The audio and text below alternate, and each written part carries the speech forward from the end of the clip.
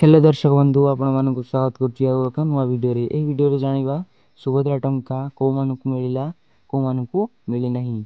वर्तमान सुधा 3टी पर्याय रे सरकार योग्य हिताधिकारी को टंका पठाई सारी तृतीय पर्याय सुधा राज्यर 80 लाख महिला अकाउंट को 5,000 टंका लेखाएं जमा होइथिबा बेले डिसेंबर 25 तारिख रे योजनार चतुर्थ पर्याय टंका प्रदान कराजिवो।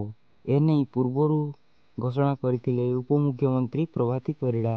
प्रथम एवं द्वितीय पर्याय रे 60,27,000 महिला को सुभद्रा टंका प्रदान करा जायतिला। आउ नवेम्बर 24 तारिख रे 20 लाख महिला को सुभद्रा टंका प्रदान करा जायछि। मोट संख्या 80 लाख रु अधिक महिला अकाउंट को सुभद्रा टंका पठा जायछि। तेबे बाद पड़िथिबा महिला को डिसेंबर मासरे चतुर्थ पर्याय टंका प्रदान करा जिवो। एने उपमुख्यमंत्री प्रभाती परिड़ा कहिसंती। डिसेंबर 25 तारिख रे बड़दिन अवसर रे सरकार सुभद्रा योजनार प्रथम किस्तिर चतुर्थ पर्याय टंका पठाइबे।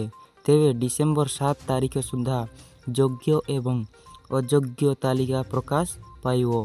यहा परे परवर्ती 7 दिन हिताधिकारी बा आवेदनकारी को आपत्ति ग्रहण करा जिवो बोली सूचना मिली।